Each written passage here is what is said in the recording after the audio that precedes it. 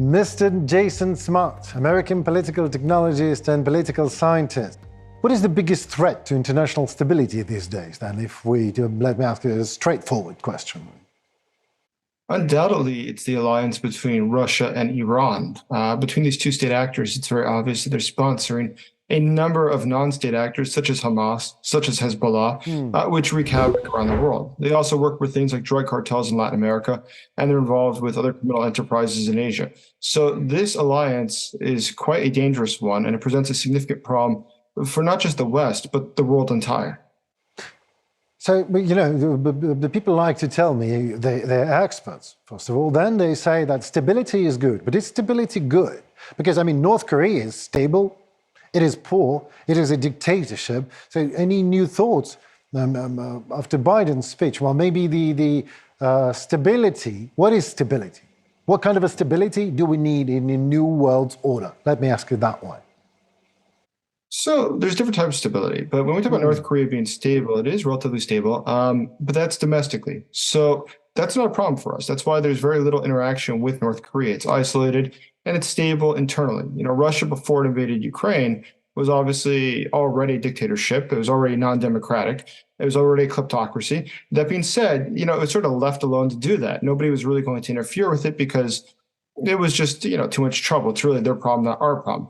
You only start to create instability once they start to create problems for other people.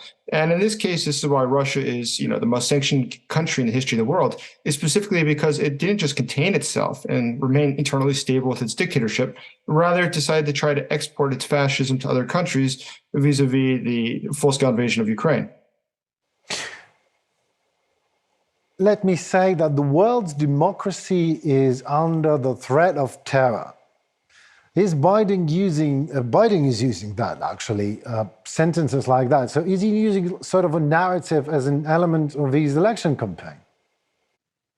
Yes, I mean, most certainly democracy is something that Americans identify with. So as a campaign issue, that's something that does play well. Americans have historically had a sense that their country is unusually free and democratic, which is true if we compare it to the global scale. But at the same time, I think that he needs to do more to reach out to Americans to explain what it is in Ukraine. That's not simply about freedom and democracy, but it's directly the U.S.'s interest. Once Americans understand that this is something that's strategically wise for their own well-being and their security, not just the hypothetical, it's much more easy to identify with.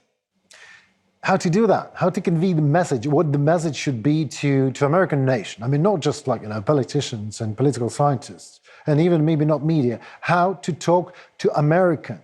So to make them understand that human rights should be working all across the human universe. Otherwise, these are not rights. This is something else.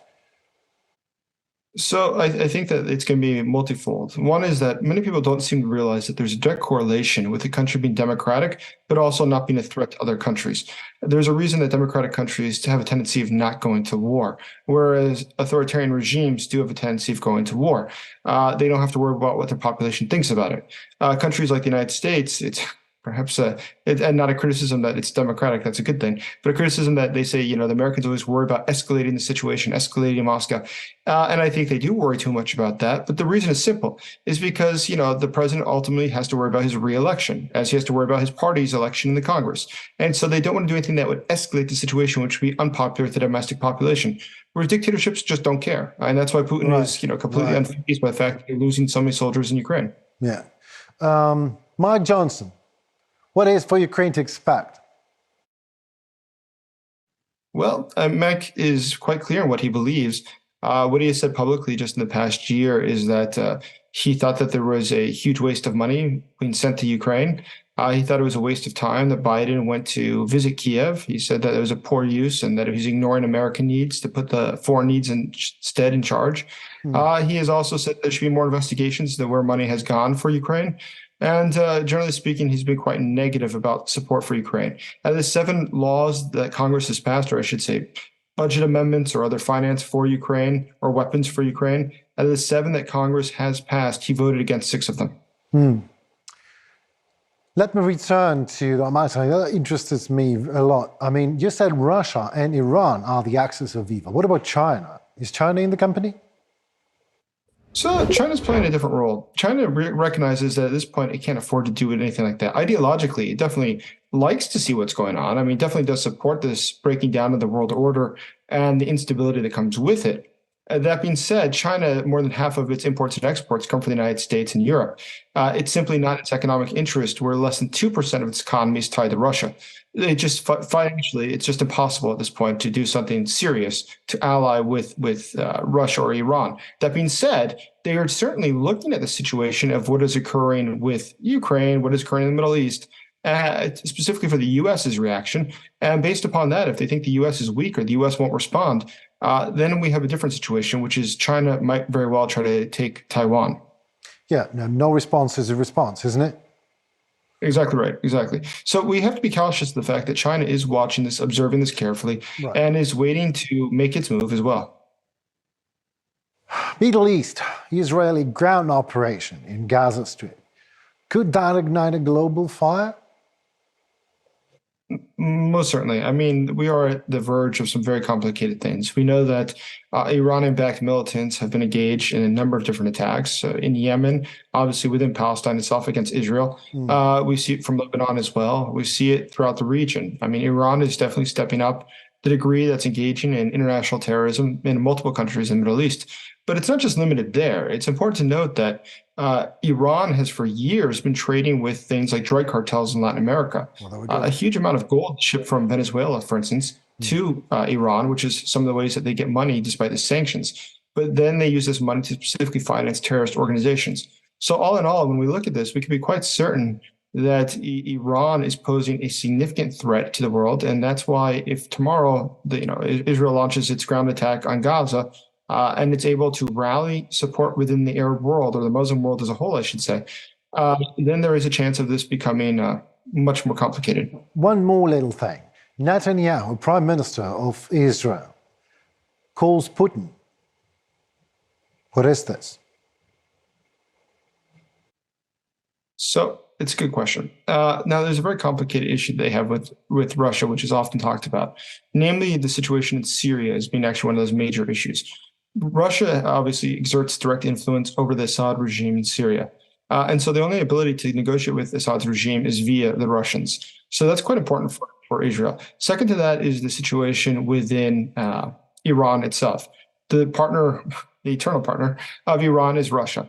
And so this allows them to deal with the Russians, who are, to be fair, compared to the Iranians, more rational. Russia does not have a state policy of trying to eliminate Israel, whereas the Iranians do have that as a state policy. So if they're trying to get the Iranians to not, start launching ballistic missile attacks on Israel, it's definitely not the Americans that can help with that, because the fact is we don't have diplomatic relations with Iran. We have no ability to influence that. Whereas we can only influence it by offering to, use force against Iran should that happen. Right, yeah. Whereas the Russians do actually speak to them. So it's a really difficult situation, because I would be the last person in the world to ever say speaking to Russia is going to be a good idea. In the case of Israel, they don't have a lot of other options, given the fact that their neighbors are terrorists. And not many people are willing to deal with terrorists, but the Russians are happy to. Okay, well, Ukraine, look at the world. Ukraine, Israel, Nagorno-Karabakh, Azerbaijan and Armenia. Is there any way to cease the fire right now to prevent the global mayhem?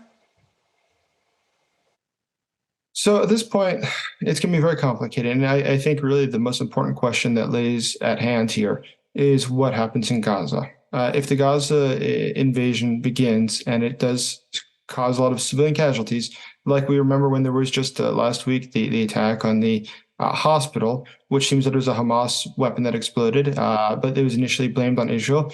Within hours, there was tens and tens of thousands of people rallying and rioting in various Muslim capitals, which is probably indicative of the fact that tensions are high already. If something else were to trigger another reaction like this, it would give those governments let's say the moral obligation is how they would define it, but it's all fake. I mean, they would just use this justification to need to then start attacking Israel as well. But it's just a justification. The fact is that these countries hate Israel and they wish to destroy it. But neither here nor there. I think if we look at what's going on in Azerbaijan and Armenia, if we look at what's going on in Kosovo and Serbia, if we look at all these different situations, this is undoubtedly the hand of Russia. Russia is the one that has the most to gain from this. And all the analysis that's come out in the United States so far about who has gained from Hamas's October 7th attack on Israel all analysis, especially those who are not not Russia experts, but rather Middle Eastern experts, say that Russia is the clear beneficiary, the biggest winner of those attacks. Thank you very much, Mr. Smart. It was a pleasure again. Hope to talk to you soon.